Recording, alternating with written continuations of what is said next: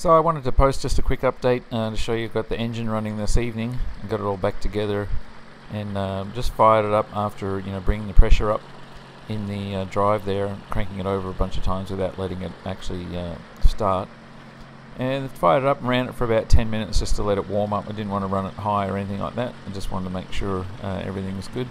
There's that lower gauge there showing 0 psi on the. I know it's difficult to read, but anyway, believe me, it was 0 psi. And the upper one was about 200 plus psi, which is exactly what we're looking for. And there you can see the ECU output on there. So just ran it for 10 minutes. Just wanted to see if there was any issues, and I'm actually going to pull the redrive down tomorrow and inspect it and just make sure that everything looks good and nothing unexpected has happened. But I got the infrared camera out, so this is the first time trying this with the engine.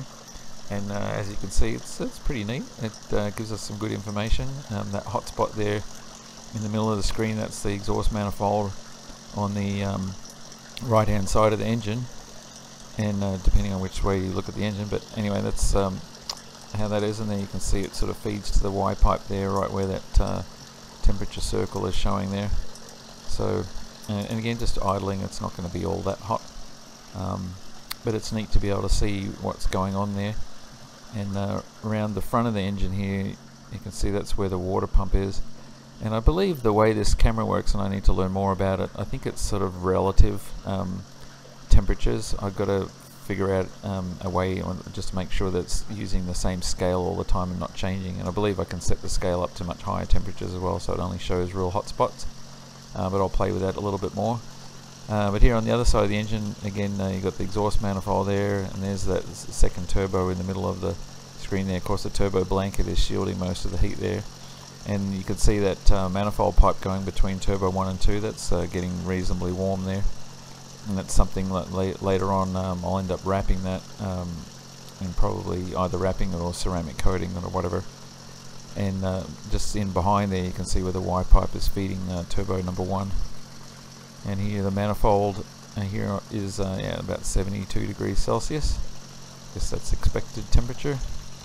And looking around to where the prop is and the prop drive, there you can kind of make out on the bottom of the screen there the return line for the oil feed for the prop there, just sort of in the bottom corner of the screen there. And nothing, it's not hot or anything. I grabbed it, it wasn't that hot or anything, but obviously it's feeding warm oil through there and getting some feed, which is good.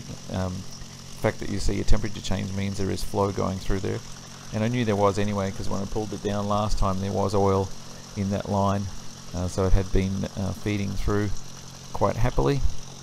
So anyway, no surprises there with the reduction drive right now. No hot spots that you can see, but again, it's sort of masked by the housing itself. It could be hot on the inside and you don't really know until it's had a chance to sort of heat soak through the housing. I think when I get the engine and I run it for a longer period of time, I'll get some more FLIR video and probably do a time lapse as well, so I can see the changes in a more rapid motion. And coming back onto this side, you can see there's two pipes there going down to the floor. That's where that heat exchanger is, and I didn't have that turned on, pumping cold water through the other side of it right now because I was just running it for a short amount of time. But there you can see quite a lot of heat going into that heat exchanger, which is going to warm up our fuel in the tanks. And then over here you can see around the back side of the engine, just trying to get an angle here where you can see the LPEX, and you can just see it behind the frame there. And let's have a look here. There you can see it there. Actually, that's what you're seeing there. That's the Y pipe. But hold on a second, and the view will change and be able to see right in the middle of the LPEX. There you can see the LPEX right there. There you can see it.